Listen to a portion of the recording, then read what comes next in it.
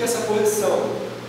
Você está andando no caminho errado, te para, chama a tua atenção, te pega e te corrige, te disciplina, te coloca no caminho de volta, no caminho correto, no caminho certo, e te instrui em justiça. Instrui a justiça de Deus, demonstra para você a justiça de Deus, de que se você continuar no teu pecado, Deus é justo, Ele é muito misericordioso, benigno, mas todo pecado tem a sua consequência. E a consequência do teu pecado, embora Deus te perdoe, pode ser fatal. Então ele instrui na justiça. Paulo aqui, ele está dando um apelo para Timóteo, no capítulo 4, versículo 1, ele fala: conjura-te perante Deus e Cristo Jesus, que há de julgar vivos e mortos, pela sua manifestação e pelo seu reino. Prega a palavra, insta, quer seja oportuno, quer não, corrige, repreende, exorta com toda a longanimidade e doutrina. Pois haverá tempo em que não suportarão a sã doutrina. Pelo contrário, cercar-se-ão de mestres, segundo as suas próprias cobiças, como que sentindo conselhos dos ouvidos, e se recusarão a dar ouvidos à verdade, entregando-se às fábulas. Tu, porém, ser sóbrio em todas estas coisas, suporta as aflições, faz o trabalho de um evangelista, cumpre cabalmente o teu ministério. Paulo está fazendo um apelo para Timóteo, falando: Timóteo, eu conjuro-te. Conjuro-te é apelar com instância, fazer uma grande petição, um grande apelo. Conjuro-te, Timóteo, eu convoco aqui nesse apelo que eu vou fazer para ti, Timóteo, duas testemunhas. Eu chamo diante desse apelo que eu vou fazer Deus e o Senhor Jesus Cristo, o juiz de vivos e dos mortos. Timóteo, a petição que estou para fazer para ti, Timóteo, é muito importante, é grandiosa.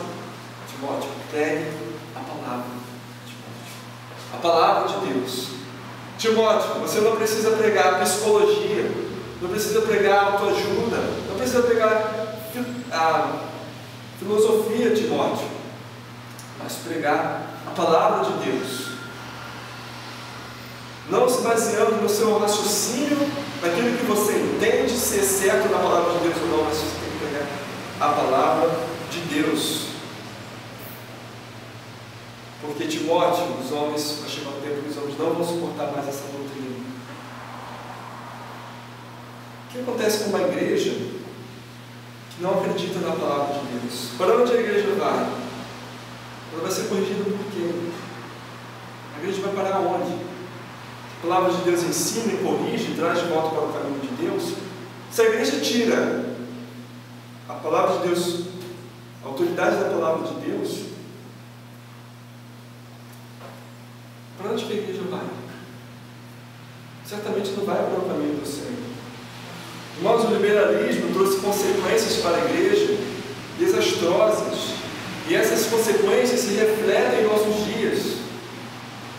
Nós podemos ver aquela semente que Satanás plantou lá anos atrás, séculos atrás, está florescendo hoje em dia. Nós podemos ver, irmãos, nós estamos passando por um período, o maior período de apostasia da igreja, de toda a história da igreja. Porque a igreja está tirando a autoridade da palavra de Deus, a palavra de Deus como autoridade dentro da igreja.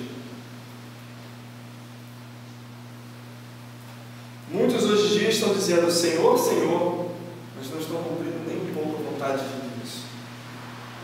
Então a tendência hoje em dia é não pregar a Escritura, pregar a mensagem ofensiva que a Escritura passa para o homem pecador. A tendência hoje em dia é ter uma igreja light, uma igreja agradável, a igreja à gosto do freguês. A porta está cada vez mais espaçosa, cada vez mais larga, e são muitos que estão entrando por ela. Então, os resultados estão surgindo as mega igrejas hoje em dia. Mega igrejas. Essas megas igrejas, é proibido você falar. Proibido falar de pecado. Pecado é uma palavra proibida. Inferno não existe. Deus é amor e quer levar todo mundo para o céu. Só o fato de você estar frequentando a igreja aqui já garante que você vai para o céu, dizem as megas igrejas. E elas vão crescendo, irmãos. Nos Estados Unidos, são igrejas enormes. Essas megas igrejas lembram clubes de campo ou instâncias de férias. Eu tenho uma citação aqui que diz assim: possui instalações que impressionam, incluindo boliche, cinemas, spas, pessoal, um spa dentro da igreja, restaurantes, quadras para jogos, rinques de patinação, ginásios poliesportivos de última geração. Jogar boliche dentro da igreja, imagina, você sai do culto e vamos jogar boliche, vamos. A recreação e o entretenimento são inevitavelmente os aspectos mais visíveis desses empreendimentos. Das igrejas, a administração dessas igrejas, elas são as mecas dos estudantes de crescimento da igreja. Essa citação eu retirei do livro Com Vergonha do Evangelho. Eu recomendo aos irmãos a leitura dele. Amados, igreja, estudantes em Harvard, Estados Unidos. É matéria nas faculdades de Harvard, a administração e o crescimento da Igreja Universal no Reino de Deus. Estudantes em Harvard, eles estudam como que eles conseguem crescer e administrar a igreja dessa maneira. E outras igrejas, irmãos, por outro lado, estão se tornando discotecas. Eu tenho um amigo chamado o pastor Marcelo, que trabalha em São Paulo. Ele estava me contando que uma jovem da igreja dele estava passando, e ela viu lá de fora da igreja, de uma outra igreja, claro, uma faixa, né? Funk gospel. Ela olhou assim, né? Por curiosidade, ela falou: vou entrar lá. Aí ela entrou. Quando ela entrou lá dentro, ela não acreditou no que estava pensando. Ela pensou: isso aqui é uma igreja mesmo? As irmãzinhas colocando a mão no joelho, dançando, e os rapazinhos atrás, encostando nelas. Ela parou e falou: não, estou no lugar errado. Voltou, olhou a faixa, igreja tal. Foi que eu gosto. Foi embora, assustada, apavorada. Mas como que isso começou? Começou lá dizendo: olha, começou com um fermentinho pequeno dizendo: a Bíblia não é totalmente inspirada. Depois dizendo: a Bíblia não é inspirada. A Bíblia não é a autoridade da igreja. Se a Bíblia não é a autoridade da igreja, o que vai ser a autoridade da igreja? A palavra do homem?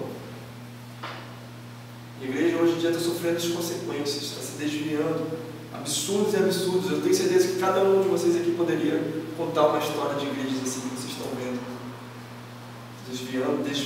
desviadas da fé.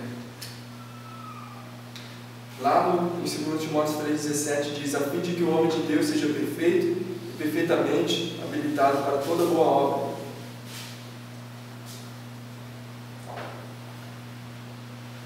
Paulo faz para Timóteo uma diferenciação entre o homem de Deus, que a gente vê aqui, e de que o homem de Deus, a palavra de Deus, a Bíblia, foi escrita para o homem de Deus, irmãos, para instruir o homem de Deus. O homem que está lá no mundo, a mensagem para ele